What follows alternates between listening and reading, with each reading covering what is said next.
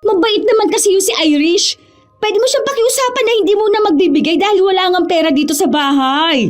Sana ginamit mo yung kakapiranggot mong utak para magsinungaling.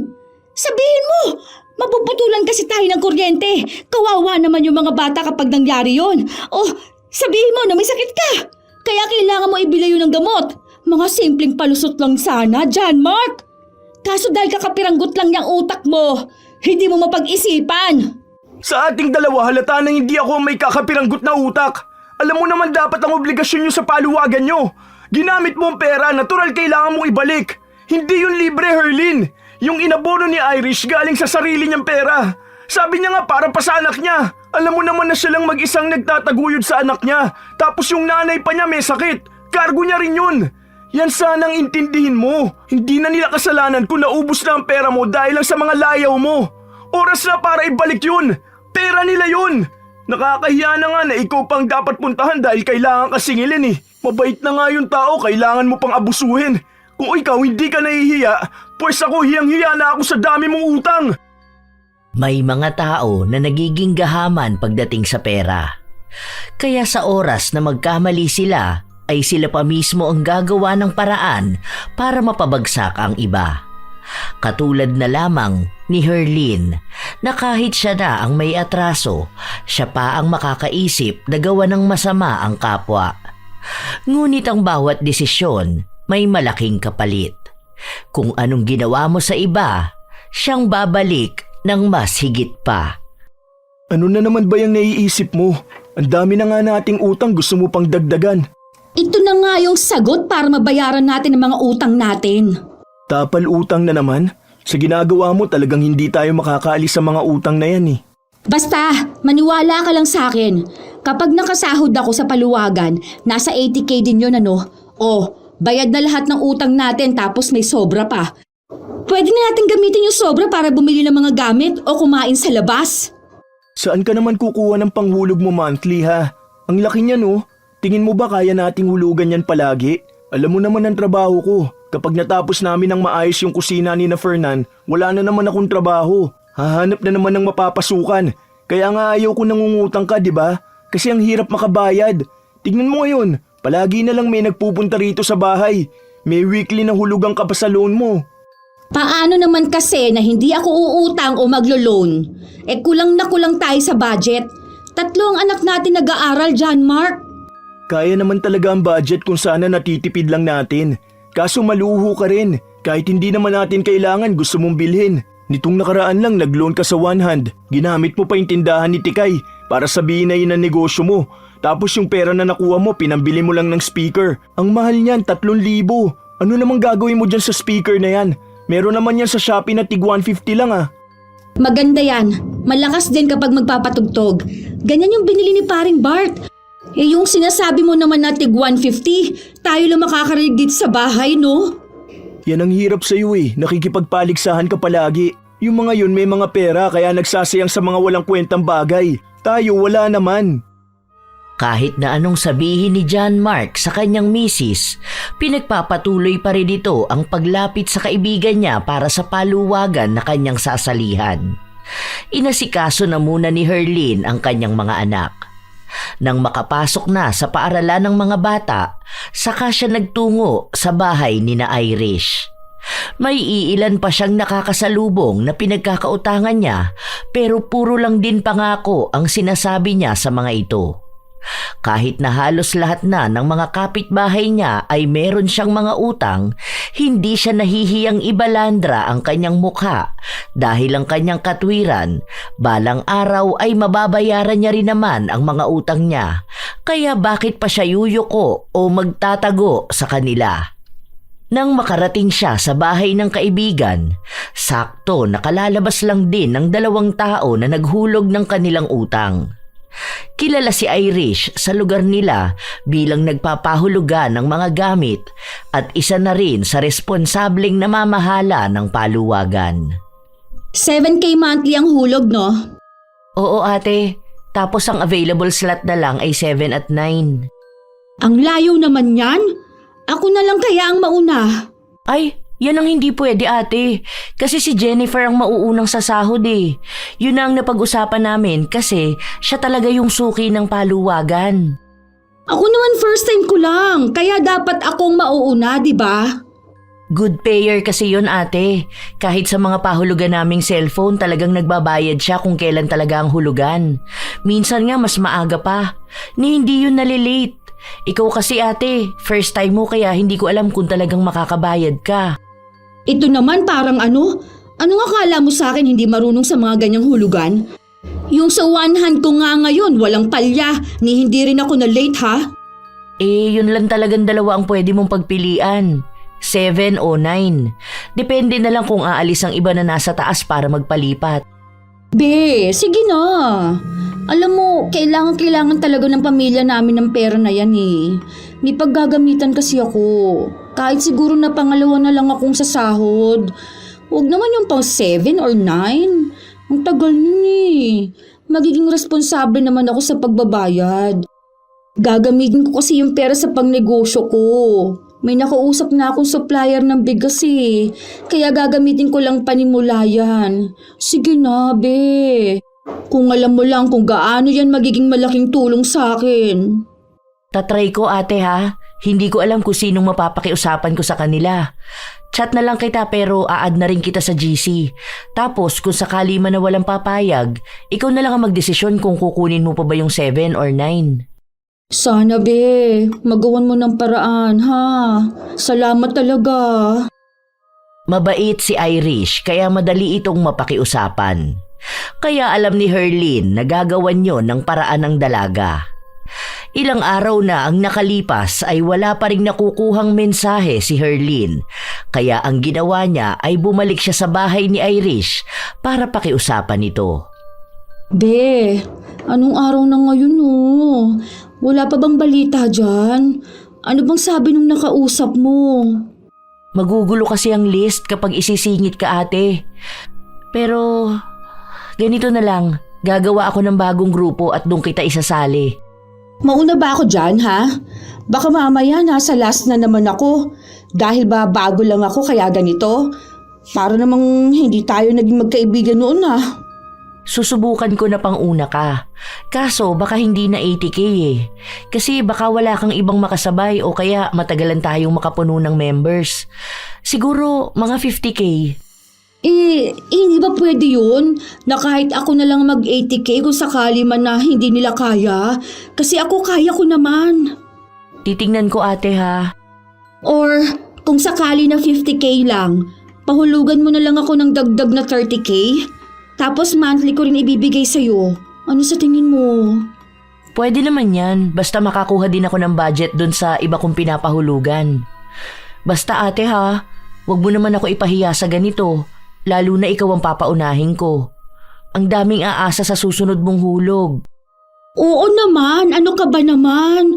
Ano ba kasing akala mo sa akin tatakbuhan ng utang ko? Kahit magtanong ka dun sa amin, may mga pinagkakautangan ako pero hinaharap ko naman sila. At kapag may pera ako, talagang binabayaran ko. Siguro kaya ka lang natatakot kasi may mga naririnig kang chismis tungkol sa akin, no? Wala naman te, pero kasi naalala ko lang nung magkatrabaho tayo. May paluwagan din nun na tag 500 lang kada sahod. Kaso minsan hindi ka nakakapagbigay. Hoy, anong hindi? Baka kamo iniipit ng admin natin. Hindi ako ang may mali doon, ano? Nagbibigay ako sa kanya. Tapos, malalaman ko na hindi pala niya hinuhulog. Tapos ako pa magbumukhang masama. Ay, sige na pala. Uuwi na ako. Leave na ako dun sa isang GC tapos add mo ako dun sa bago ha. Salamat ulit ha. Halata sa mukha ni Herlin ang tuwa habang pauwi siya. Pag-uwi niya ay nagpatugtog din siya na para bang meron talaga siyang dapat na ipagdiwang. Nak, punta ka nga sa tindahan tapos utang ka ng Coke. 2 yung malaki ha.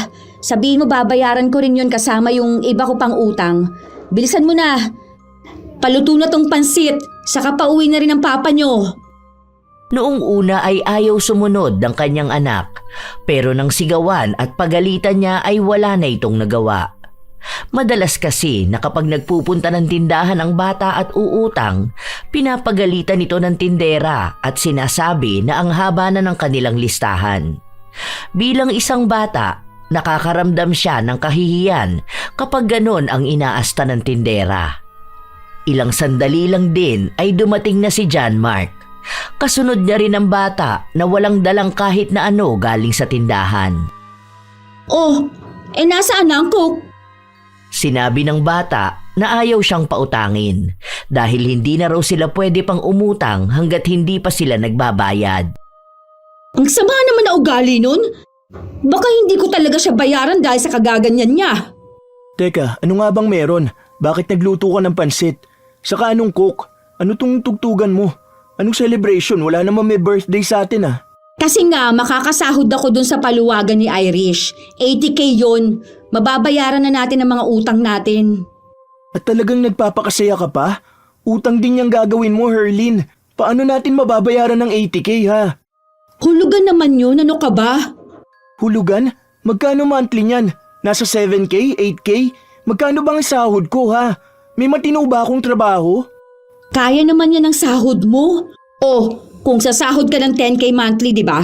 Yung 8K ihuhulog ko. O may 2K pa tayo. Mabubuhay ba tayo ng 2K na yan sa isang buwan? 3 bata na nag-aaral? Baka akala mo isang beses lang tayo sa isang araw kakain. Ikaw ang lalaki. Dapat ikaw ang mag-isip ng ibang paraan kung paano tayo magkakaroon ng pagkain. 9 hours pasok mo dyan sa trabaho mo. Pwede ka pa ng sideline, no? Kunwari uuwi ka ng 4 p.m. O tapos mula 4 p.m. pwede ka pa hanggang 10 p.m. magtrabaho sa iba. Kailangan mo lang ng tiyaga at disiplina sa sarili mo dahil pamilyado ka ng tao. Dapat madiskarte ka para sa pamilya mo. Yun naman talaga ang ginagawa ko, di ba? Kaso hindi naman araw-araw may nakikita akong ibang mapapasukan. Wala naman akong ibang alam na trabaho eh. Yung iba naghahanap ng diploma. Hindi nga ako nakapagtapos ng elementarya. Hay, basta. Huwag mong sirain ang maganda kong mood ha. Kaya may celebration ngayon dahil biyaya yung 80K na makukuha ko. Wala akong pakialam kung hulugan ba yon o anuman. Kung sakali man na hindi ako makakahulog, mabait naman si Irish. Pwede ko yun pakiusapan, no? Hindi porket mabait, ganyan ka na sa kanya. Single mom yun, di ba? Ibig sabihin, kakailanganin din niya yung ibibigay niya sa'yo. Kasi kung hindi mo yan babayaran, siya nang sasalo niyan. Maawa ka rin naman sa tao. Huwag mo na ituloy yan. Unti-unti naman ang nababayaran ng utang natin eh. Huwag mo na lang dagdagan kakatapal. Mayaman yun. Hindi naman niya nagpapahulugan kung wala siyang pera. Isa pa, nagsusustento naman ng tatay ng bata. Tapos sa dating asawa niya rin galing yung pangpuhunan niya dyan sa mga pinapahulugan niya. May isa pa siyang negosyo eh, yung mga pinapa-order niyang puto. Oh, di ba? Hindi siya mawawala ng pera. Pero pinaghihirapan naman niya lahat ng nakukuha niya ngayon. Basta wag mo nang kukunin yun at baka lalo lang tayo mabaon sa utang. Ay naku, baka hanggang paglaki ng mga anak natin sila pa magbayad sa mga yun. Kawawa naman sila. Wag mo na lang akong kontrahin. Alam mong malas siya mga negative na pag-iisip eh. Basta kaya natin. Tara na, kumain na tayo. May pera ka pa ba dyan? Bigyan mo anak mo, pabili ka ng Coke. Ilang beses pang kinausap ni John Mark ang kanyang asawa para lang wag nang ituloy ang binabalak nitong gawin. Pero dahil nakapagdesisyon naman na si Herlin, hindi na niya ito napigilan pa. Sa paglipas ng mga araw, dahil inaasahan ni Herlin na may makukuha siyang pera, ay ipinagpatuloy niya pa rin ang pangungutang. Hanggang sa sumapit na ang araw na pinakahihintay niya. Maaga pa lang ay naroon na siya sa labas ng bahay ni Irish. Sorry, te. Kanina ka pa ba dyan? Ang sabi ko naman sa'yo after lunch. Anong oras pa lang? Oo, kanina pa nga ako tawag ng tawag sa'yo. Excited na kasi ako eh. Pasensya ka na ha, kagigising mo pa lang yata. Madalas kasi na 10 a.m. ako nagigising kasi inaabot ako ng madaling araw sa mga ginagawa ko. Ang hirap ba magbilang ng pera? Hindi naman pera ang binibilang ko, ate. Inililista ko lang yung mga nakakahulog. Tapos update ko sa kanila, saka sa mga sasahod ng paluwagan. Tapos yung sa business ko pa, mga pa-order. Upo ka na lang muna dyan, te. Nagkape ka na ba? Oo, kanina sa bahay. Kumain na rin ako. Kasi nag-asikaso ako sa mga anak ko papasok sa school, di ba? Sige na, magkape ka na lang muna. Okay lang naman maghintay ako rito. Timpla lang ako ng kape ha, tapos kukunin ko na yung pera. Malawak ang ngiti ni Herlin habang iniisip na niya sa kanyang sarili na makakahawak na siya ng malaking halaga ng pera. Sa katunayan, yun lang ang unang beses na makakahawak siya ng ganoong halaga. Binibilang na niya kung sino ba ang mga babayaran niya at ano ang pwede niyang mabili. Nang ilabas ni Irish ang lagayan ng pera, halos lumuwa na ang mga mata ni Herlin. O ayan te, 80k yan. Pabilang na lang ako. Hindi na nag-aksaya pa ng oras si Herlin. Maingat niyang binilang ang pera na para bang ayaw niyang may makaligtaan siyang isa. Okay na be, saktong 80k to. Basta ang usapan natin ate ha, tuloy-tuloy ang hulog niyan. Oo naman, ako pa ba papalya? Kita mo nga ako ang unang naghulog, di ba? Basta ganun pa rin ang araw ng hulugan. Pwedeng mauuna ka pero wag naman late kasi kawawa naman yung susunod na sasahod kapag maghihintay pa siya. Sumang-ayon lang si Herlin at bawat salitang binibitawan niya ay talagang nakakasigurado na maghuhulog siya. Nang makauwi siya sa kanila, agad siyang nagkulong sa kwarto at inilista ang mga babayaran niyang utang. Bale, yung inutang kong panghulog ko, 3k to kay Marisa, 2k kay Tokayo, 3k kay Kuya Junjun. Tapos, magkano ba tong kay Susan at Ate Sol? Sino pa ba tong mga pinagkakautangan ko? Habang iniisa-isa ni Herlin ang bilang ng mga dapat niyang bayaran, panipis naman ng panipis ang perang kanyang hawak. Dahil sa nakikita niya, tila ba nagkakaroon siya ng panghihinayang na bayaran ang lahat ng pinagkakautangan. Ay, kalahati na lang pala muna ibabayad ko kay Kaibalong. Mabait naman yun. Sino kaya rito pwedeng hindi ko muna bayaran? Sayang naman kasi ang pera kung ibibigay ko lang din lahat sa kanila Saka, may kasabihan na kapag may hawak kang pera, dapat uunahin mo muna ang sarili mo. Kaya, bibili ako ng blender mamaya. Nang maisip na ni Herlin kung sino-sino muna ang kanyang babayaran at kung magkano ang kanyang ibibigay, nagpunta na siya sa bahay ng mga ito. May mga nagrereklamo sa kanya dahil inabot na nga ng taon ang kanilang paghihintay, hindi pa rin naibigay ng buo ang bayad. Ito naman ang daming nirereklamo. Hindi ka nila magpasalamat, di ba? Buti nga nakabayad pa ako kahit nakalahati. Hayaan mo, kapag may pera na ulit ako, babayaran ko na ng buo. Lalagyan ko pa yan ng tubo. Sige na, kunin mo na yan.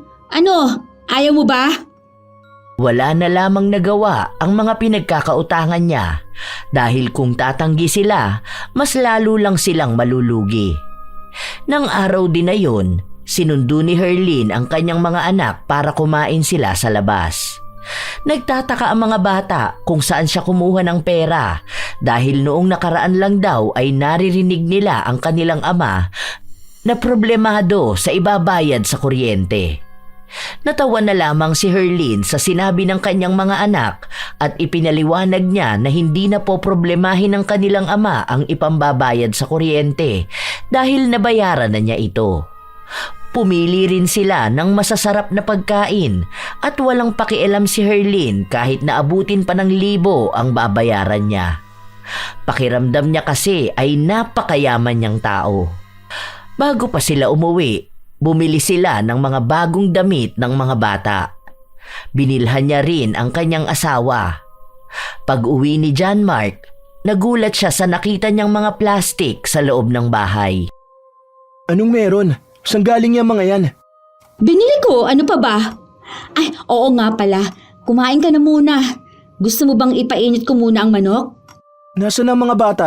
Kumain na ba kayo? Saan naman galing ang perang pinambili mo sa mga to? Huwag mo sabihin sa akin na may nakita ka na namang bagong utangan. May loan ka na naman? Huwag ka nga diyang panay tanong. Para naman sa mga bata yan, oh.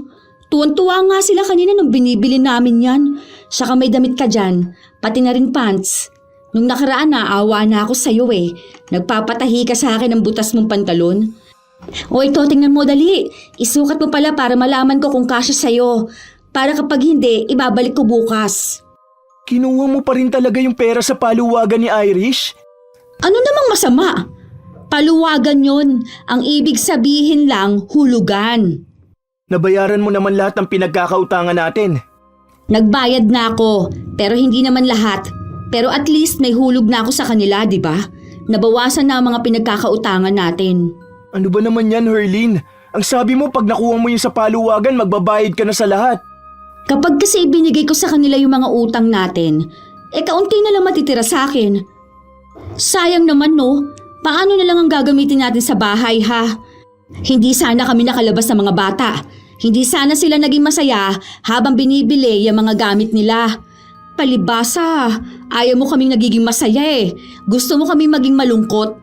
Gusto mo na damahin namin palagi na mahirap lang tayo. Hindi ko sinabi na huwag kayong maging masaya. Pero hindi naman yung masaya ngayon tapos sa susunod na araw puro na lang pagdurusa. Kasi wala na naman tayo ibang iisipin kung paano tayo makakabayad ng utang. Hey, ewan ko sa'yo! Palibasa hanggang grade 5 ka lang kaya ganyang kakitid yung utak mo eh. Kaya hindi tumataas yung pangarap mo para sa amin ng mga anak mo dahil mababa lang ang pinag-aralan mo. Oo, alam ko naman na mababa lang ang pinag-aralan ko. Pero hindi totoo na wala akong pangarap para sa inyo ng mga anak natin. Kaya nga ginagawa ko ang lahat para mabigyan kayo ng maayos sa pagkain araw-araw, di ba? Kaya nga pinag-aaral ko ang mga bata dahil ayoko matulad sila sa akin. Pero labas na to sa mga pinaggagawa mong pagpasok sa mga kautangan na hindi naman natin kayang bayaran. Ang hinihiling ko lang naman sana, huwag kang umasta na kaya mo makipagsabayan sa mga kapitbahay nating may mga pinagkukunan ng pera. Hindi mo kasi naiintindihan. Nagmumukha kaming kawawa ng mga anak mo. Anong kawawa? Hindi kayo kawawa. Isipin mo na lang na may bahay tayo, may tubig, may kuryente, may nakakain araw-araw. Hindi lahat ng tao merong ganyan. Nagiging kawawa ka lang dahil iniisip mong kawawa ka. Hindi ba kami kawawa nito? Yung anak ng iba may mga tablet tapos yung mga anak natin wala. Kumakain sila sa mamahaling kainan tapos tayo dito lang tayo palagi sa bahay. Nakikita ko mga post nila, umiinom sila ng mahal na kape tapos ako rito yung 3-in-1 lang. Hindi mo ba talaga maintindihan? Sila may pera, tayo kakarampot lang. Sapat lang para sa pamilya natin. Kaya hindi mo alam kung gaano kahirap kumita ng pera dahil hindi ka naman nagtrabaho kahit na isang beses, di ba? Kung alam mo lang ang hirap mabilad sa arawan, ang matuyuan ng pawis, ang magkakalyo ang daliri para lang kitain ng barya-baryang ipambibili ng pagkain, ang tipirin ng sarili at okay lang kahit na tinapay lang ang kainin, basta wag lang mabawasan ng perang iuuwi. Baka kapag yun na ang naranasan mo, maiintindihan mo ako kung bakit ayaw kitang umuutang. Lahat naman ibinibigay ko na eh. Hindi ko lang talaga kaya ang mga hiling mong gawain ng mayayamang tao. Pangarap ko rin naman yun para sa inyo eh. Kapag nakakakita ako ng mga bata na may magagandang gamit, iniisip ko rin na sana kaya ko yung bilhin para sa mga anak ko. Pero hindi ibig sabihin na gusto kong bilhin yun, uutang na ako ng pera o gagamit ako ng pera ng iba. Huwag mo akong paandaran ng mga ganyang kadramahan mo sa buhay ha. Ang sabihin mo, ayaw mo kaming makita na umaangat sa buhay.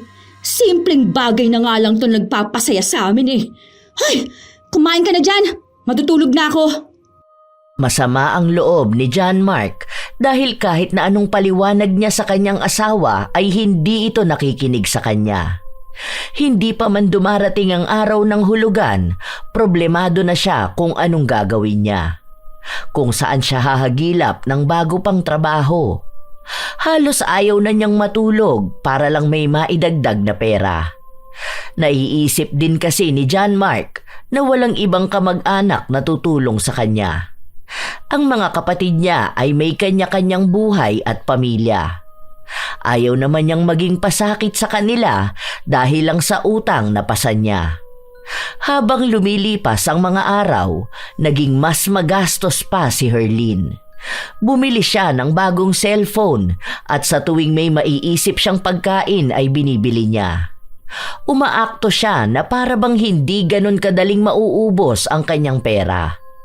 Isang araw, walang pasok si John Mark, kaya nanatili lang siya sa kanilang bahay para magpahinga. Masama rin kasi ang kanyang pakiramdam. May pagkain na tayo? Anong ulam? Mamaya na, parating na. Ha? Ulam ang tinatanong ko. Anong parating na? Nag-order nga ako ng ulam. Tinatamad ako magluto. Gumastos ka na naman. Sana sinabi mo na lang sa akin para ako na nagluto. Hindi na, okay na yun. Nasa 900 lang naman yun. 900? Sa ulam lang? Lechon manok naman yun. 2 na. Para mas marami tayong makain. Huwag kang ang OA dyan. Ang mura lang yan. Mura para sa yung 900? Alam mo bang sahod ko na yan sa 2 araw? Kung ibinili natin yan ng ulam tapos rekado, ang dami na yan. Gulay tapos sahog na karne. Ilang araw na budget na yan. Mura lang naman talaga eh.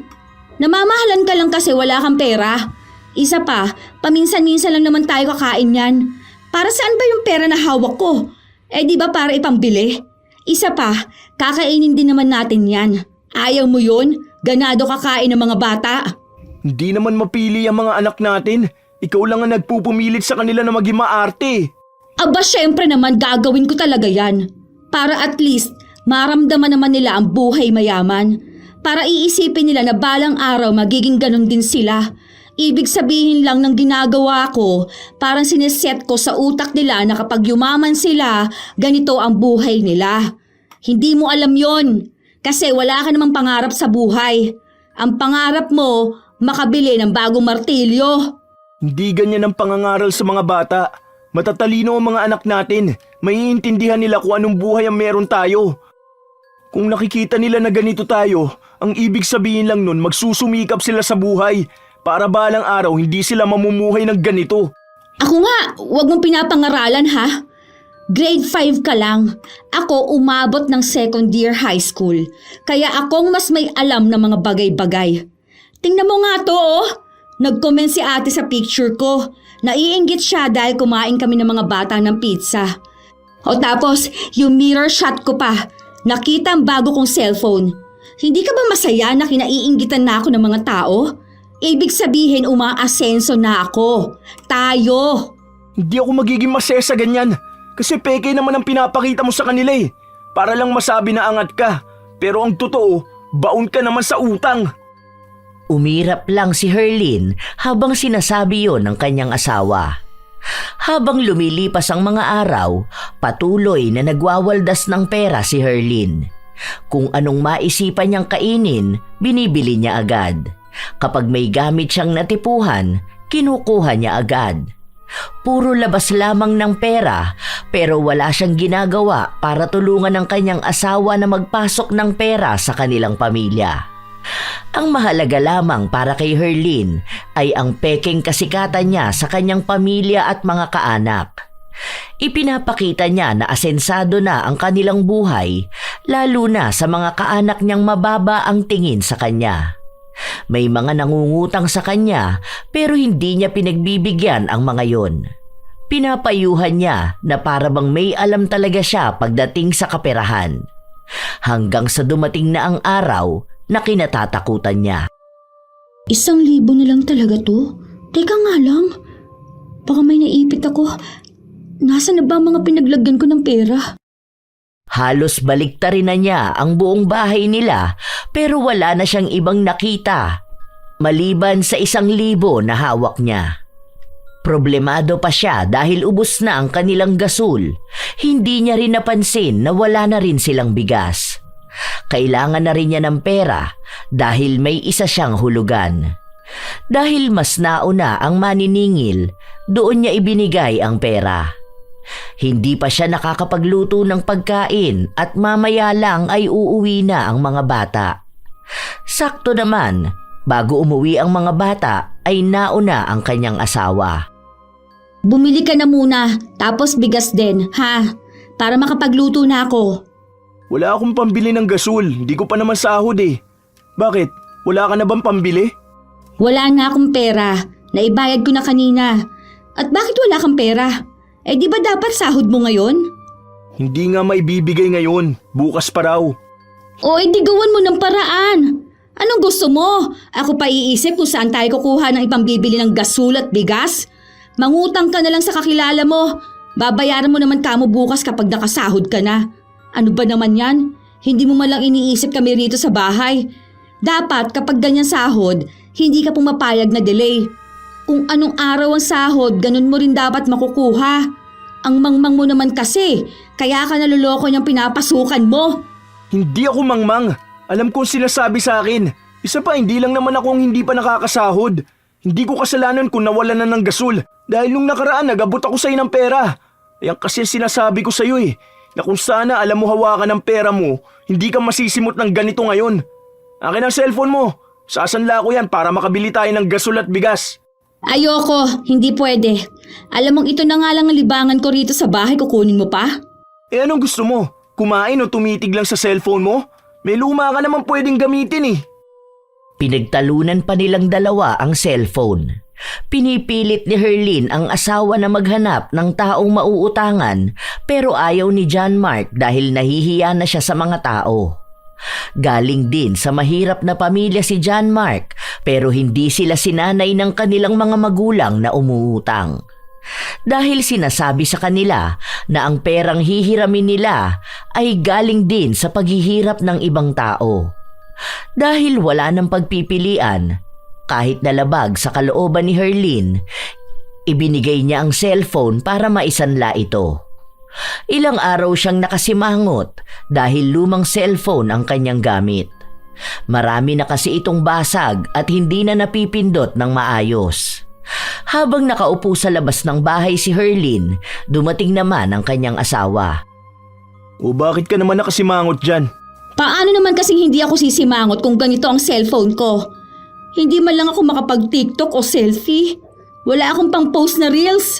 Kailangan pa ba yun? Pumasok ka na sa loob, malamok dito. Uso pa naman ang dengue ngayon. Ano palang gagawin mo bukas? Hulugan mo na sa paluwagan. Bakit?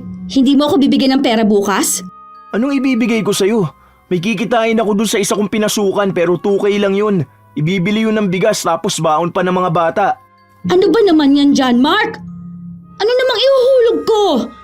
Akala ko bang sabi mo gagawa mo ng paraan ng 8K? Umasa pa naman ako. Ang sabi ko, susubukan ko.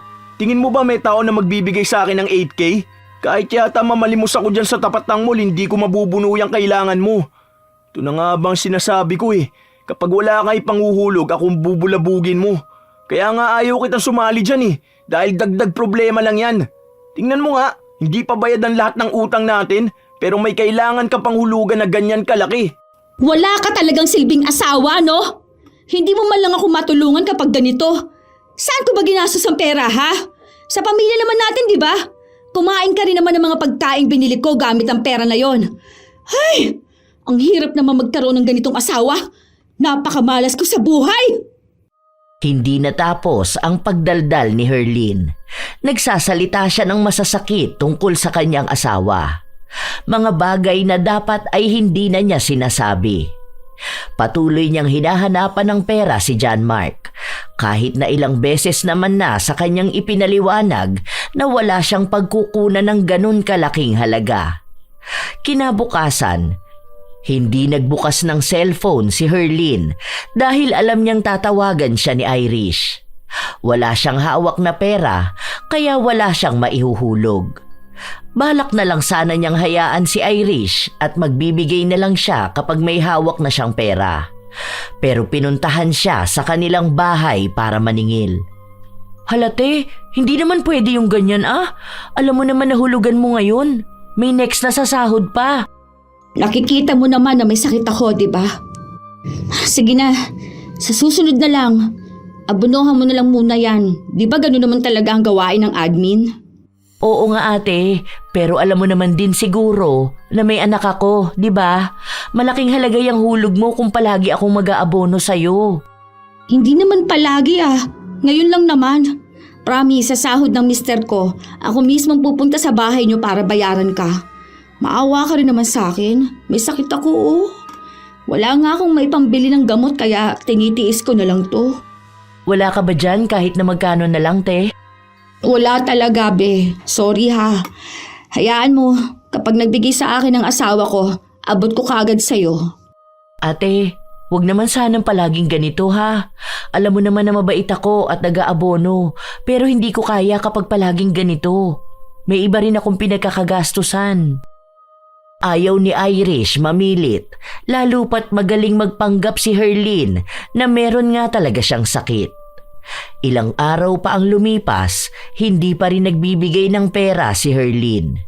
Nakuha na niya ang sahod ng kanyang asawa pero iniipit niya ang pera.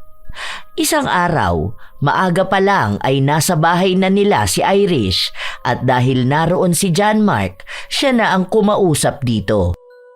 Pasensya ka na talaga ah. Ito lang ang kaya ko eh. Kuya, 2K lang to. Saan naman to aabot? 8K ang dapat ihuhulog ni Ate Herlin.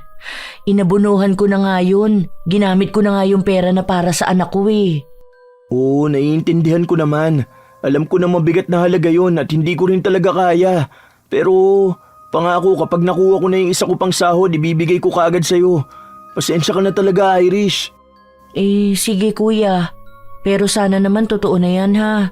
Malapit na naman ang hulugan. Sana naman buo na maibigay yun. Kasi buong halaga ang ibinigay ko kay Ate Herlin. Oo, pinag-iipunan ko na yan. Gagawa ako ng paraan para dyan. Pasensya na talaga. Dismayado na lumabas si Irish.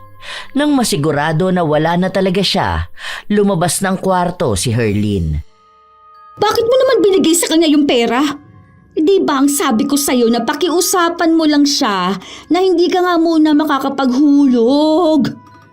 2K din yun, John Mark! Ilang beses na kita pinagsabihan eh! Napakabobo mo talaga! Huwag mo akong pagsasalita ng ganyan. Tama lang ang ginawa ko. Magkano bang kailangan mong bayaran sa kanya? 8K yun, di ba? Pero magkano lang ang naibigay ko, 2K? Tapos ako pa sasabihan mo ng bobo. Mabait naman kasi yung si Irish. Pwede mo siyang pakiusapan na hindi mo na magbibigay dahil wala ngang pera dito sa bahay. Sana ginamit mo yung kakapiranggot mong utak para magsinungaling. Sabihin mo, mapuputulan kasi tayo ng kuryente. Kawawa naman yung mga bata kapag nangyari yun. O sabihin mo na may sakit ka. Kaya kailangan mo ibili yun ng gamot. Mga simpleng palusot lang sana, John Mark. Kaso dahil kakapiranggot lang yung utak mo, hindi mo mapag-isipan. Sa ating dalawa halata na hindi ako may kakapiranggot na utak.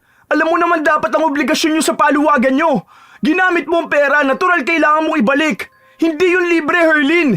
Yung inabono ni Irish galing sa sarili niyang pera. Sabi niya nga para pa sa anak niya. Alam mo naman na siya lang mag-isang nagtataguyod sa anak niya. Tapos yung nanay pa niya may sakit. Kargo niya rin yun. Yan sanang intindihin mo. Hindi na nila kasalanan kung naubos na ang pera mo dahil lang sa mga layaw mo. Oras na para ibalik yun. Pera nila yun. Nakakahiya na nga na ikaw pang dapat puntahan dahil kailangan ka singilin eh. Mabait na nga yung tao, kailangan mo pang abusuhin. Kung ikaw hindi ka nahihiya, pues ako hiyang-hiya na ako sa dami mong utang. Sa wala pa nga tayong ibabayad. Isa pa, may tatay yung bata. Maniwala ka naman dyan sa sinasabi ni Irish na ginamit niya ang pera ng anak niya. Halata naman pinapadalhan siya ng dati niyang asawa. Wala na tayong pakialam dun. Ang sa atin, kailangan mo ibalik ang perang nagamit mo na. May mga tao rin na nag-aabang na makasahod. Huwag mo naman sanang pahirapan si Irish. Awa na lang dun sa tao. Ikaw ang maawa sa pamilya natin. Yon, may negosyo. Merong pinagkukunan ng pera. Tayo wala naman, di ba? Oh, yun naman pala eh. Alam mo na wala tayong pinagkukunan ng pera. Pero bakit kung umasta ka dyan, akala mo may milyon ka nakatago sa bangko? Basta! Maghintay siya kung kailan ako magbabayad sa kanya. Ayoko pa naman ng kinukulit ako. Halos araw-araw na pinagtatalunan ng mag-asawa ang tungkol kay Irish. Nagbigay kasi ng pera si John Mark para kahit na paano ay mabawasan ang utang ng kanyang asawa. Dahil sa ginawa niyang yun, halos palayasin na siya ni Herlin. Ilang beses siyang sinabihan na bobo o mahina ang utak dahil nagpapadala siya sa pagpapaawa ni Irish. Pero kahit na anong paliwanag ni John Mark, sarado ang kaisipan ng kanyang asawa para unawain ang sitwasyon. Ilang buwan pa ang nakalipas, mas lalong dumami ang kanilang problema. Sumusugod na sa kanilang bahay ang ilang pinagkakautangan ni Herlin. Hiyang-hiya na si John Mark na harapin ang mga yun. Hindi na niya alam kung ano pa nga bang maipapangako niya. Halos magmakaawa na siya sa mga tao para magbigay pa ng pasensya. May ilan na napapakiusapan niya. May ilan naman na nagbabanta na sa buhay ng kanyang asawa. Isang araw, habang mag-isa lang sa loob ng bahay si Herlin, biglang dumating si Irish. Wala nga, di ba? Kahit maghubad ako sa harapan mo, wala kang makikitang pera na pinagkakaipit-ipit ko. Kasi ate, wala na akong ipang-aabono. Nasa ospital si mama, sinugod namin kahapon. Yung pera nga dun sa business ko nagamit na rin. Hindi pa nakakasahod yung susunod oh. Alam mo, nakaka-stress ka na eh. Hindi ka mapakiusapan eh. Wala nga, di ba? Hindi talaga maintindihan?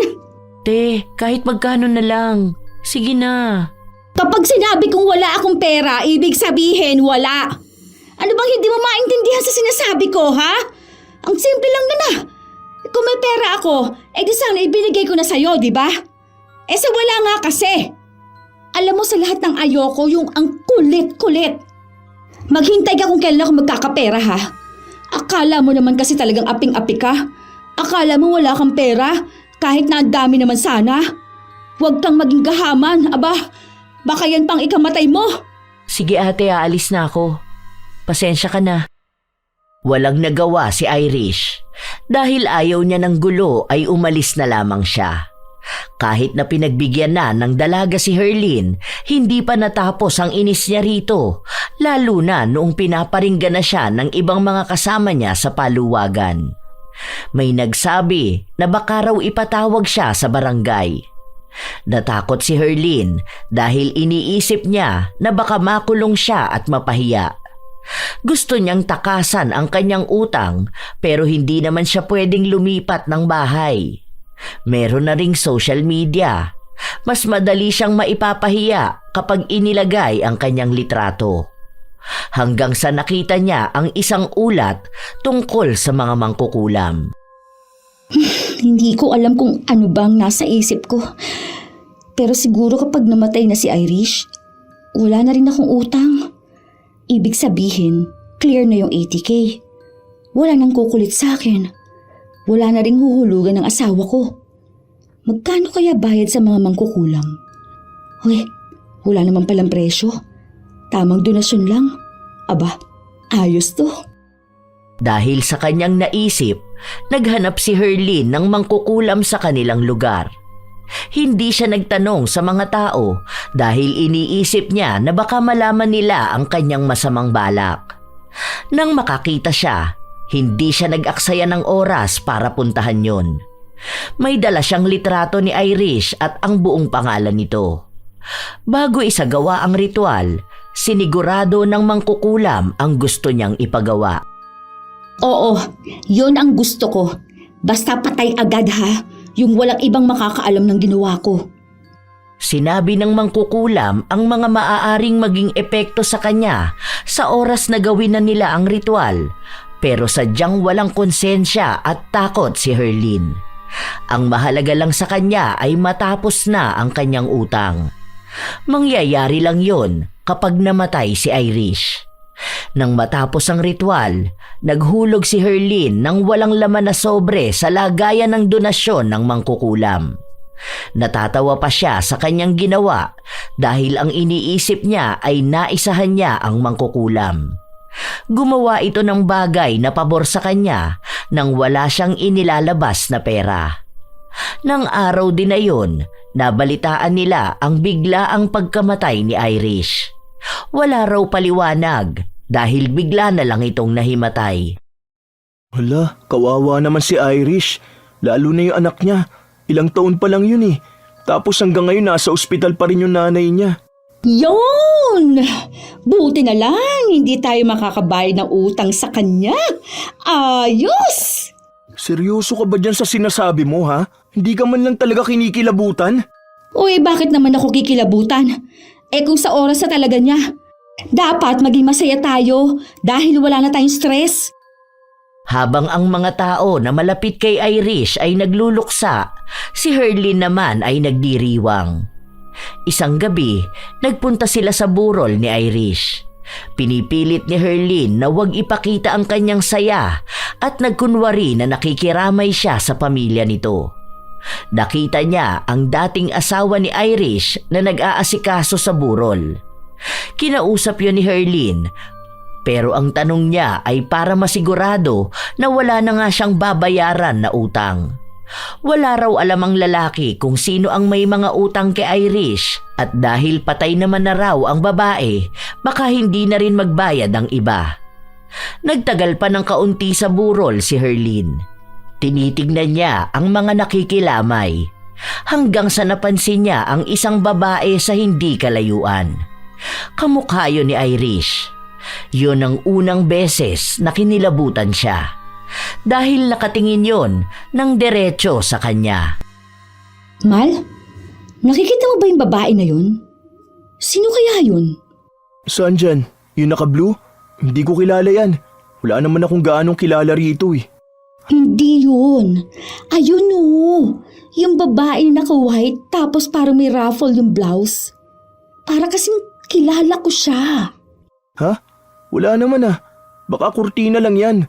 Malabo na ba mata mo sa malayuan? Hindi na kumibo pa si Herlin. Iniisip niya na maaaring ang guni-guni niya lang yun. Pero yun pa lamang ang simula ng kanyang nakakikilabot na karanasan. Isang tanghali, habang makulimlim ang langit, nagpa siya si Herlin na matulog. Ang araw na yon ang libing ni Irish pero hindi siya nagpunta. Habang natutulog siya, bigla siyang nagising dahil sa iyak na kanyang narinig. Mahina lang yun pero nasa loob lang ng kanyang kwarto. Ang akala niya noong una, may batang umiiyak sa labas kaya sinita niya ito. Pero nagpatuloy lang na may umiiyak. Dahil sa inis niya, tumayo siya at nagpunta sa bintana. Pagsilip niya, walang katao-tao sa labas. Muli niyang narinig ang iyak pero sa likuran na niya nanggagaling. Kinakabahan na siya, halos ayaw na niyang lumingon. Ilang sandali pa, napasigaw siya nang bumukas ang pinto ng kwarto. Uy, ano ba nangyayari sa'yo? Nakakagulat ka naman. Bakit kailangan mo pa sumigaw? Hindi, wala. Nagulat lang din ako. Ang aga mo naman atang umuwi. Akala ko mamayang gabi ka pa. Tapos na namin yung trabaho. Sa susunod na araw, sasama ako kay na paring Marlon. Pakyawan daw yun eh. Teka, sigurado ka bang ayos ka lang? Parang namumutla ka. Oo nga pala, hindi ka ba nakipaglibing? Masakit ang ulo ko eh. Natutulog nga ako kanina. Kaso ang ingay ng anak ni Rosel, umiiyak ba naman dyan banda sa bintana? Nagising tuloy ako. Wala naman sila dyan kahapon pa. Nasa Pangasinan sila. Ewan ko, baka 3 araw yata sila dun. Nung paalis kasi sila, nasa lubong ko. Kaya naitanong ko rin. O sige na, magpahinga ka na ulit. Nagtataka si Herlin dahil paanong wala ang kanilang kapitbahay kung may naririnig siyang umiiyak. Pero binaliwala na lamang niya yon. Hanggang sa lumipas ang mga araw, kahit na saan siya magpunta, may nakikita siyang tao na hindi niya kilala pero nakakatakot kung tumingin sa kanya. Isang gabi, habang nasa kasarapan sila ng tulog, bigla na lamang nagising si Herlin. Hindi siya makagalaw. Nahihirapan siyang huminga. Ilang sandali lang, nakita niya ang isang babae na nasa kisame. Nakabaliktad ito at diretsyong nakatingin sa kanya. Wala ring makitang puti sa mga mata nito. Nais sumigaw ni Herlin o gisingin ang kanyang asawa na nasa tabi niya lang. Ngunit wala siyang magawa dahil hindi siya makagalaw. Hanggang unti-unting bumababa papunta sa kanya ang babae. Nang tumapat na ito sa kanyang mukha, nakita niyang si Irish yun. Naninigas na siya. Kahit na pagpikit, hindi na niya magawa. Hanggang sa bigla na lamang nawala ang babae at hinila siya ng kanyang asawa patayo. Huy, binabangungot ka. Nakikita ko siya. Nakikita ko siya. Kahit saan ako pumunta, lagi niya akong sinusundan. Nakikita mo sino? Si Irish. Siya yun. Parang hindi niya ako pinatatahimik. Palagi siyang nagpapakita sa akin. Kahit saan dito sa bahay, kahit sa labas. Nakasunod siya palagi sa akin. Kung ano-ano na naman yung pinagsasasabi mo.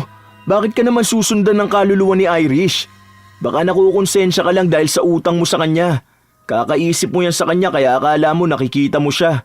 Tigilan mo na yan. Nung buhay pa siya hindi ka makausap ng maayos. Tapos ngayon patay na siya kung ano-ano na namang ini-imagine mo. Hindi mo pa patahimikin yung kaluluwa ng tao. Kahit na anong sabihin ni Herlin, hindi siya pinaniniwalaan ng kanyang asawa. Hindi na nga siya tinitigilan ng kaluluwa na nakikita niya. Nagiging malaking epekto yon sa kanyang katinuan. Minsan, kapag nasa kusina siya ay bigla na lamang siyang sisigaw. Kaya pati ang mga anak niya ay natatakot na sa kanya. Bigla-bigla rin siyang nagsasalita na para bang meron talaga siyang kausap. Dahil sa napansin yon ng mga bata, nagsumbong na sila sa kanilang ama. Ano ba talaga nangyayari sa'yo, Herlin? Pati mga bata nagtatanong na sa akin kung pwede na sa ibang bahay na lang sila tumira. Kasi bigla-bigla ka na lang daw sumisigaw. Hindi ko alam kung nababaliw ka na ba eh. Bakit ka naman mababaliw? Dahil sa stress? Ako pa nga ang stress dahil sa mga utang mo. Maayos naman ako mag-isip. Hindi ako nababaliw. Kung hindi, ano yung pinagsasasabi mo sa mga bata na nasa kwarto natin si Irish? Na nasa ilalim siya ng lamesa, na nasa likod ng pinto, na nakikita mo siyang nakaakbay sa'yo kapag nagsasalamin ka. Patay na si Irish. Sana naman patahimikin mo na rin ang kaluluwa ng tao. Totoo yung sinasabi ko. Hindi niya ako nilulubayan. Nakikita ko siya kahit saan eh. Hindi siya umaalis kahit na anong gawin ko. Nasa isip mo lang yan. Di ko alam kung karma na ba yung maituturing eh. O talagang hinahabol ka ng kasalanan mo sa kanya. Kulang ka lang sa dasal eh.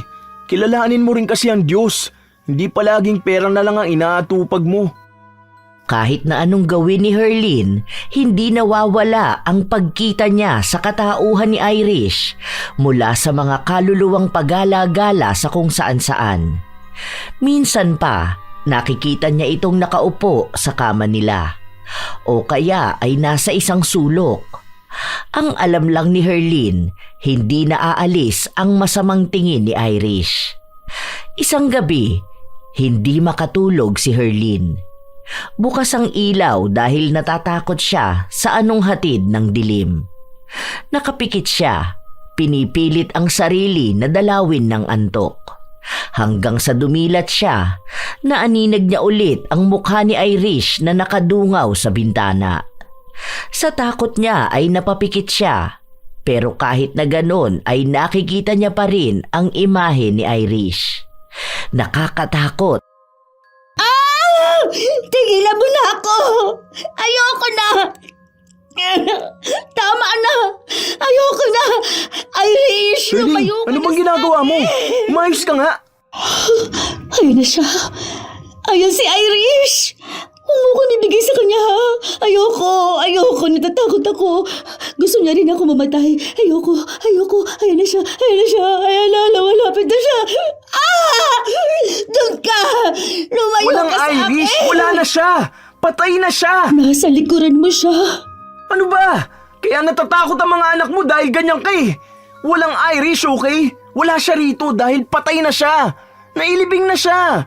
Kaya kung dinadalaw kanyang konsensya mo dahil sa utang na hindi mo binayaran, utang na loob, wag mo nang idamay ang mga tao rito sa bahay. Pero nakikita ko siya. Tulungan mo naman ako. Ano bang maitutulong ko sa'yo? Magdasal ka, tapos humingi ka ng tawad sa nagawa mo kay Irish dahil hindi mo na nabayaran ang utang mo sa kanya. Yun lang naman ang alam kong atraso mo sa kanya eh. Maliban na lang kung may iba pa, kaya akala mo dinadalaw ka niya. Doon lang pumasok sa utak ni Herlin ang ginawa niyang paglapit sa mangkukulam.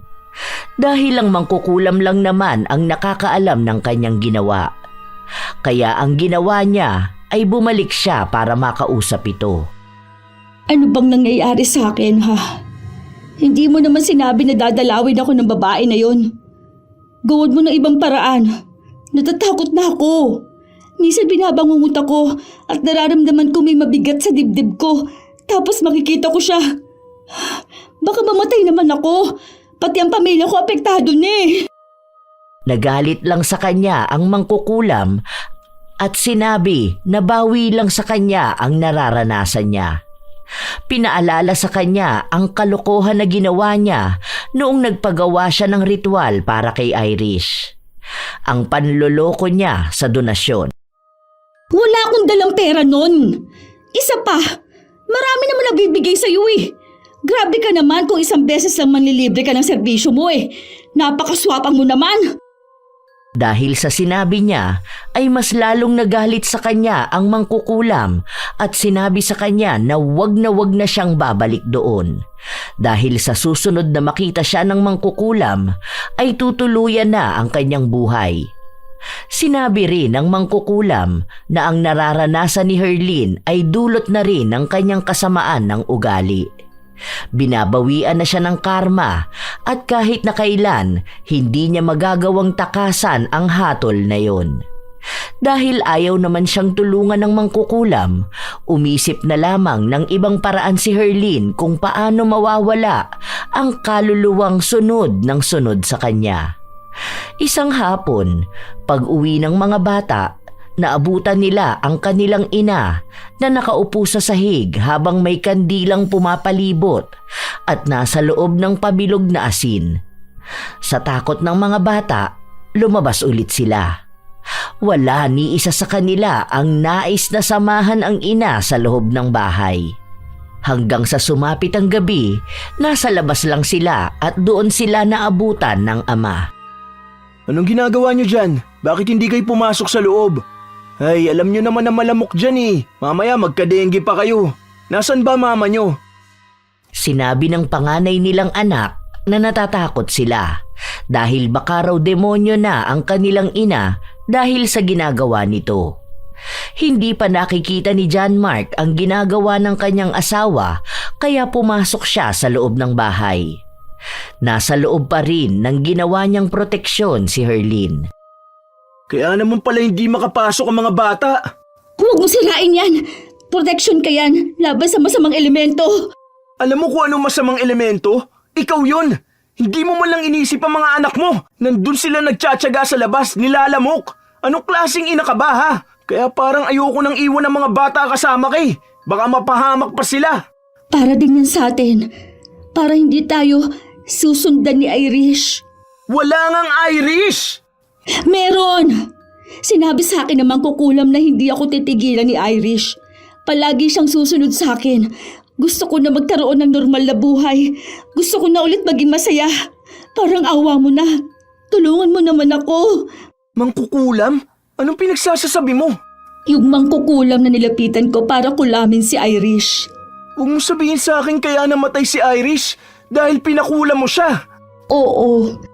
Pero para naman yun sa atin eh. Tingnan mo, hindi ka na nagpapakahirap para bayaran siya, di ba? Yung pera mo, para na sa pamilya natin. Kaya tulungan mo na akong alisin siya ng tuluyan sa buhay ko. Napakasama ng ugali rin kasi nung mangkukulam na yun eh. Masyadong sakim sa pera. Kaya nagalit siya nung nagbigay ako ng walang laman na sobre. Wala naman siyang gasto sa pangkukulam eh. Mura lang naman yung kandila na gamit niya. Tulungan mo na ako. Akin na yan. Tumigil ka na! Punong-puno na ako sa'yo, Herlin. Hindi ko alam kung anong klaseng tao ka. Paano mo nagawang patayin ng isang taong wala namang masamang ginagawa sa'yo? Sa sobrang kahayupan mo, sumamba ka pa sa kadiliman. Dahil sa pera! Hindi ba sapat na dahilan yon? Pera kapalit ng buhay ng iba? Sinira mo pati yung pangarap ng anak niya. Marami ka nasira dahil sa kabaliwan mong yan. Hindi kasalanan ni Irish kung bakit ka nabaong sa utang. Ikaw ang unang lumapit sa kanya. Ikaw ang nagpumilit na isama ka sa lintik na paluwagan na yan. Masyado kasi mataas ang ambisyon mo eh. Buti sana kung ikaw ang kumikilos para maabot yun. Pero hindi. Pera ng iba ang winaldas mo. At sa kakapalan niyang pagmumukha mo, ikaw pa may ganang magpakulam. Huwag mo akong pinagsasalitaan ng ganyan. Ni hindi mo nga alam ang pinagdaraanan ko sa buhay. Gulong-gulong ng utak ko kakapilit niya na maghulog ako. Ang sama niyang tao. Hindi niya ako maintindihan. Wala namang iintindi sa'yo dahil walang katuturan niya sinasabi mo. Una pa lang alam mo nang wala ka ibabayad sa kanya. Pero tinanggap mo pa rin yung pera. Tapos anong ginawa mo? Nagbuhay mayaman ka na parang hindi nauubos ang pera mo. Alam mo yan nangyayari sa'yo? Yan ang mismo karma mo eh. Huwag ka sanang tigilan yung kaluluwa ni Irish para magbayad ka sa mga kasalanan mo. At talagang sa'yo pa nang galing ang mga salita na yan, ha? Wala ka talagang kwentang asawa ni hindi mo man lang ako tulungan. Hindi na kita matutulungan dahil wala akong magagawa sa karma ng pinagbabayaran mo. Ginusto mo yan eh. Nung lumapit ka sa mangkukulam at magpapatay ng tao, sana alam mo nang may malaking kapalit yan sa'yo. Kaya wala nga ibang dapat sisihin kundi ang sarili mo. Wala akong kwentang asawa, pero may kwenta akong ama. Kaya hanggat may oras pa, isasalba ko ang mga anak ko sa demonyo nilang ina. Kahit na anong galit ni Herlin sa kanyang asawa, ayaw siyang tulungan. Lahat na lang ng mga kamalasang nangyayari sa kanya ay kay John Mark niya sinisisi. Kung nabigyan lang daw sana siya ng magandang buhay ni John Mark, hindi naman naaabot sa punto na sasali siya sa paluwagan kahit na wala siyang ipapambayad. Ibinalik sa kanya ni John Mark ang mga salita na yon at sinabi na sa kanilang magkakapatid, si Herlin lang daw ang may maayos sanang pamilya. Siya pa ang swerte dahil napapakain siya ng maayos habang ang mga kapatid niya ay gutom sa mga tamad nilang asawa. Hindi naman daw lumaki sa mayamang pamilya si Herlin kaya bakit niya inaasam na ititira siya ni John Mark sa mansyon. Isang araw, walang pasok si John Mark nang mapansin ni Herlin na nag-eempake ito ng damit ng mga bata. Anong gagawin mo dyan sa damit ng mga bata? Ililipat ko sa kabilang bahay. Kabilang bahay? Kaninong bahay? Kina kuya, doon ko muna dadali ng mga bata dahil naaawa ako sa kanila rito. Madalas na hinihintay muna nila akong dumating bago sila pumasok ng bahay. Puno na ng takot ang mga bata. Ayaw ko na yun ang kalakihan nila. Ilalayo mo sa akin ang mga anak ko? Tingin mo ba kaya mo pa maging nanay para sa kanila ha? Kahit nga ang sarili mo hindi mo maharap eh. Natatakot sila sa'yo. Lalo kapag nagsasalita ka mag-isa o bigla kang sisigaw tapos sasabihin mo na may babaeng nakalambitin sa kisame. Tingin mo anong magiging reaksyon ng mga bata? Dahil totoo naman ang nakikita ko. May babaeng nakalambitin sa kisame. Minsan nakasilip sa bintana o nasa loob ng banyo. Totoo lahat yun. Nakikita ko. Totoo yun sa'yo bilang ikaw lang naman ang pinaparusahan. Hindi kami kasama sa karma mo.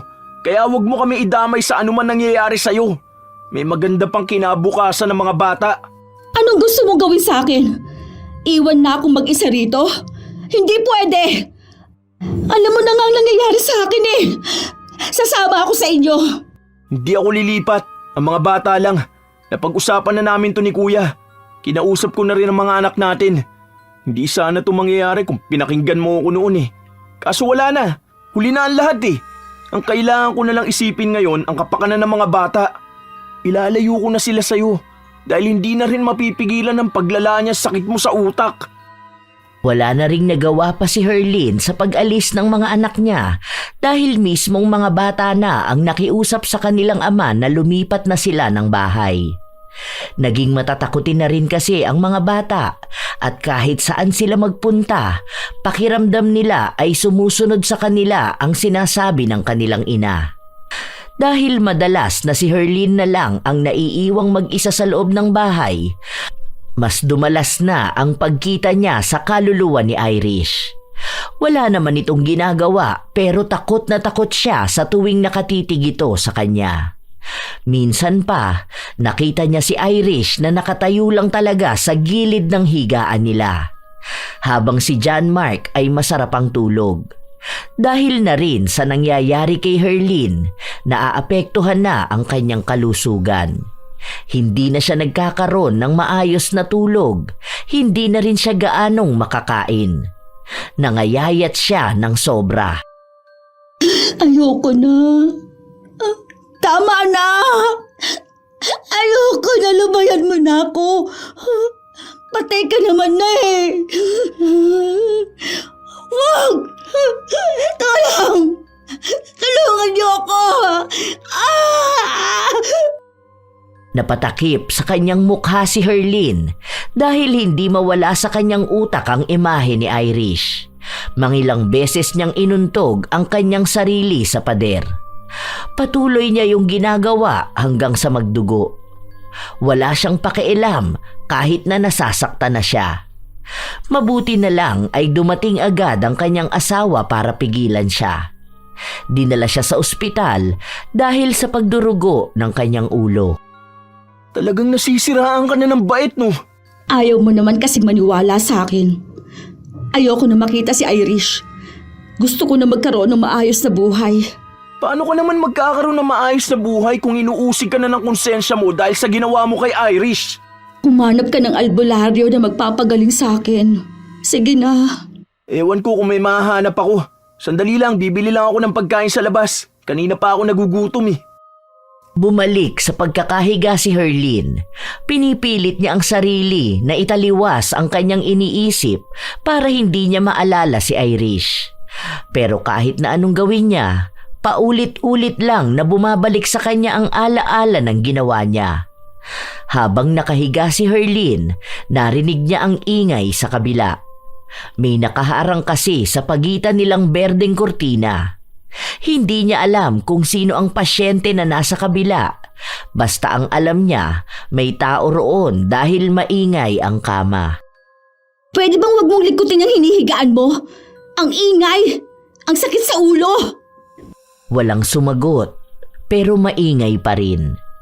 Sa inis ni Herlin, tumayo siya para hawiin ang kurtina, pero laking gulat niya dahil walang tao. Siya lang ang mag-isa na nasa loob. Nang ibalik niya ang kurtina, naririnig na naman niya ang ingay. Nanginginig na siya sa takot, pero sinilip niya pa rin ang kabila. At doon niya nakita na may isang babaeng nakaputi. Niyuyugyug nito ang kama habang nakaupo siya. Pwede bang itigil mo yan? Utang na loob. Tumigil ang babae at doon unti-unting lumingon sa kanya. Mukha pa rin ni Irish ang nakikita niya. Napaatras si Herlin at bumalik sa kanyang kama. Muli na naman niyang narinig ang ingay ng kama sa kabila. Ayaw na niyang tingnan dahil alam na niyang hindi yun tao. Ano bang dapat kong gawin para tigilan mo na ako? Ayoko na. Hindi sumasagot ang babae. Hanggang sa palakas ng palakas ang ingay. Sumasabay pa ang pagsigaw ng babae na nakakabingi para kay Herlin. Ayoko na! Ano ba, Irish? Malahimik ka na! Sakto naman dumating ang kanyang asawa at pilit siyang pinapakalma. Pero nagsisisigaw pa rin siya at binabanggit ang pangalan ni Irish. Kaya napilitan na rin ang mga doktor na turukan siya ng pampakalma. Inabisuhan din si John Mark na ipatinginan niya ang kanyang asawa dahil maaaring may diferensya na ito sa pag-iisip. Noong una ay ayaw pa ni John Mark dahil mahal ang magiging bayad. Pero nang malaman niya na may programa ang gobyerno na pwede silang makakuha ng libreng konsultasyon, ay yun ang ginawa ni John Mark. Bakit mo ko dadalhin dito? Hindi ako baliw. Ang sabi ko sa'yo, samahan mo ko sa albularyo, di ba? Kailangan mo rin to. Baka tama nga sila. Kaya ka nagkakaganyan dahil sa nakukonsensya ka sa utang mo kay Irish. Hindi ko na nga rin alam kung totoo bang sinasabi mo tungkol sa mangkukulam eh. Baka mamaya kung ano-ano na lang ang naiisip mo. Tapos akala mo totoong ginawa mo yun. Totoong nangyari yun! Hindi ako nababaliw! Kaya umalis na tayo rito! Ayoko rito! Baka mapagkamalan pa akong nababaliw! Muling nagwala si Herlin. Halos walang makapigil sa kanya. Nakakasakit din siya ng sino mang mahahawakan niya. Nagsisigaw siya at hindi nawawala ang sinasabi niyang naroon si Irish. Kung ano-ano na lang din ang binabanggit niya.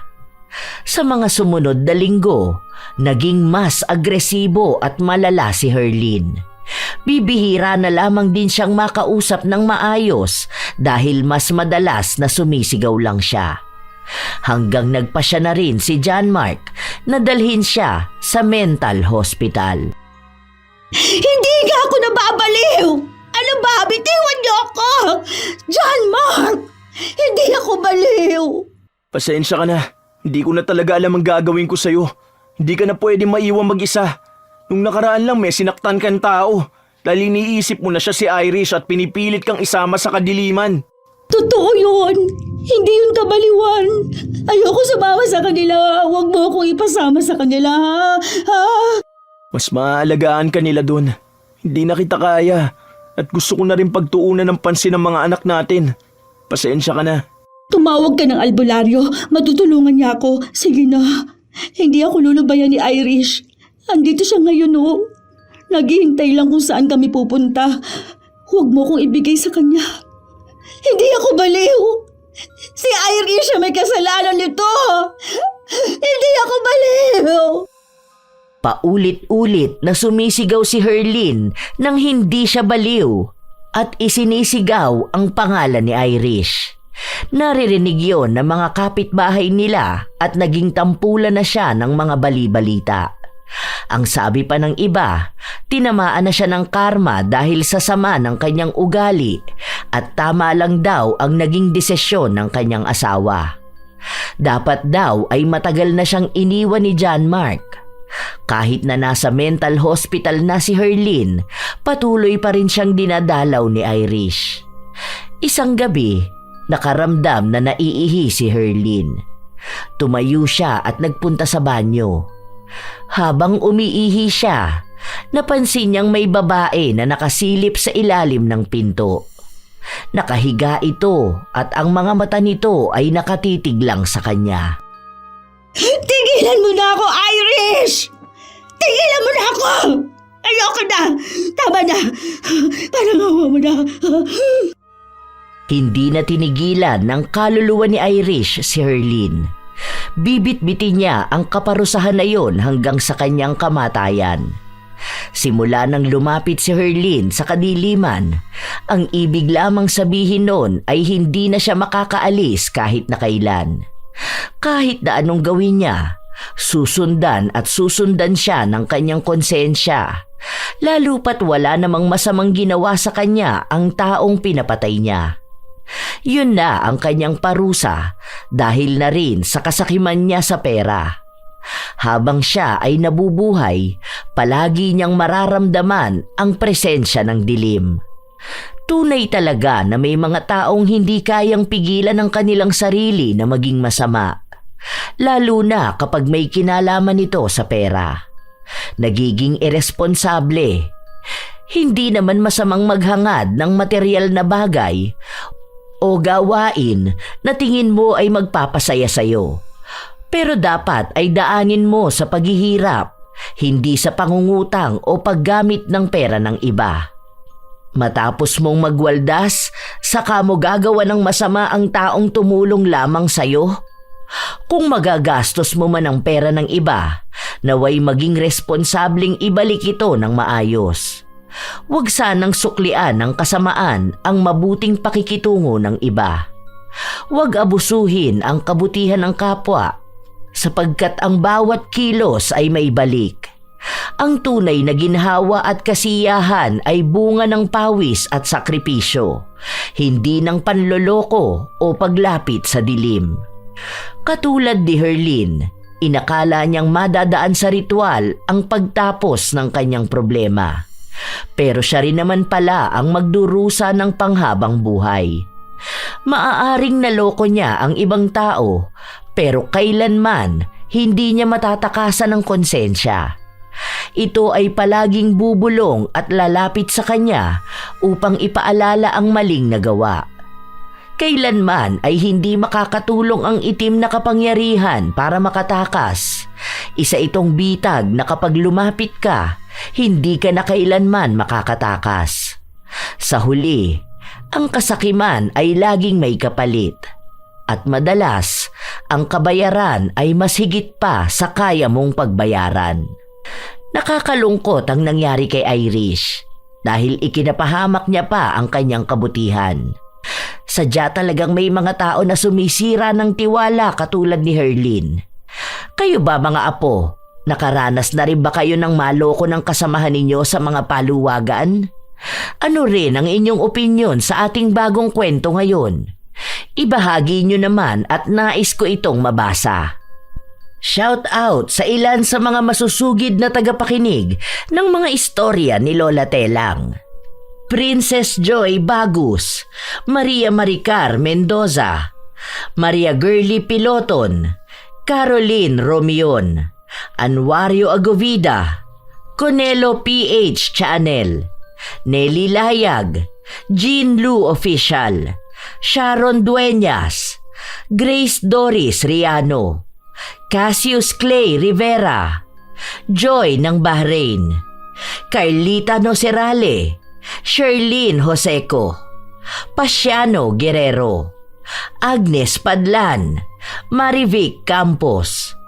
Shout out din sa inyo, Yasmin, Cheryl Bronyosa, Ras Gabriel Datulay, Ziona Rose, Lucille De Lima, Rosalie Cawano, Kim Bara, Weng Acaso, Ira Malin, Merly Amistad, Mary Jenny Rhea Batiduan, Arlene Castro Ramos, Pureza Tagiwalo, Ami Pakana, Alexander, Alona Padayaw at Satobi Shawarma ng San Pedro Laguna, Liza Agodo at sa Agodo Family. Salamat sa pakikinig nyo. Svena Calvin at shout out din kina Mang Jose, Siopaw, Adobo, Negra at Barok. Jodel Bernardo at sa RGI Fam, lalo na sa Packing Department. Lani Capile, Leonora Consensino, Like Queenie, Marco Nanes, sa kanilang boss na sina Kuya Rowel, Ate Myra at Myrel Jam ng Amira Boxes Handicrafts. Happy birthday kay RJ Florano ng Barangay Kabulusan, Jenna Nolasco, Joe Nanaman at sa Nanaman at Nunez family ng Iligan City, Bingbing Acevedo at sa Acevedo family, Neri Domingo, Gemma, Jackie Lu Palma, Abby Ruiz, Maud Bishari at Kaylin Labra, Angela Cancelier, Ian Rabasano at kay Moon and Chan ng Malaybalay Bukidnon, Norvia Cabanyero, Purificacion Fernandez Dulay, Jing Bueno. Mahal kayo ng Lola Telang, Catalea Soto at sa kanyang pamilya na nasa Basilan, Soto at Angkon family, TJ Malaki, Harjam Estoche, Jessica Marie Ramos, Cathy Alfonso, Jane Ruiz, Liana C, Annabel Mendoza, Beth, Nida Kiambao, Mamiliana Nalugon, Noemi Garcia Pabunan, Corazon Cacalda, Kopi Chow, Emma Dumato, AD Mako, Glory Lee Olivo, at happy birthday kay Sheren Solero Masagka. Shout out sa inyo, Flor de Lisa Galang, Lynn Caones, Judith Bisnar, Jerlyn Arbado, Kimberly Espanyola, Jaja Barakiel, Adela Lee, Zane Axel Ranada, Jeline Sapra, Ergen Blanza, kina JM Ecleo, Yumi at Mayfloor ng Dinagat Islands, Asodisen Serila, Jocelyn Balangkit at sa Loremas family, Bernadette Alegarbes, Celestina Sigua, Elma Arriba Madrigal. Kumusta kayo? Assorted Love Hurts KSA, Hana Maylin Sesgundo, Monet Taningko, Gloria Taer. Shout out sa Escarda family ng Team Manok, kina Boss Boyet, Madam Rose at Janine Escarda. Shout out din kina Jerry, Jimmy, Jera, Leonard, Munding, Mike Gian Fuentes, Arnold, Gloria, AJ at sa Taer family, Vincent, Angie, Yael, Wendy, Tantan, Weng at sa Armada family, Nelia Muñez, Badet Yap, Dara Constantino, Roxanne Gaudicos, Ana Bolante, Lynette Reparado, Irene Benavides, Joyce Rubino, Josie Aniban, Genevieve Kadapan. Shout out sa mga solid kong apo, Sydney Crosswind at sa kanyang anak na si Chrisine Lane Bandoho, Supladang Pasaway, Lovely Rose Roa at Princess Rain Roa Alawami, Kimpoy Feliciano, Hazel Fiesta, Marie the Lightworker, Gia Gigi, Francisco Neng at Jeremy Saranillo Francisco, Matt Sarol, Mel Santarita, Esteli Reyes at sa Reyes family ng Marikina City, AJ Chua, Vicky Yabut, Roy Lacandalo, Josefina Fuelias, Feber Añada, Mike James Tapak, Will Maleses at advanced happy birthday sa kanyang mga anak na si Donna Leses sa September 28 at Shireen Leses sa September 30. Leonisa Cobo, Lurian Vitalicio, Jenny Suzuki, Raquel Hasegawa and to her husband Mitsuru, Maria Lee Nakagawa, Lynn Hasegawa, Elise Padilla, Lydia Lopez, Gemstone Claro, Lance MBB, Rosalina Bugayong, Ami Yong, Ami Bag, Angelina Ignacio, Ray Galedo at sa Galedo family ng Kabuyaw, Laguna, Roslyn Mangilin, Cherry May Libiran, Robert Crimen, Razon Yao, Mil Rose Demate, Jaime Constantino, Jennifer Makasinag at Alma Naong. Ito ang inyong Lola Telang at maraming salamat sa lagi niyong pagsubaybay at pakikinig mga apo.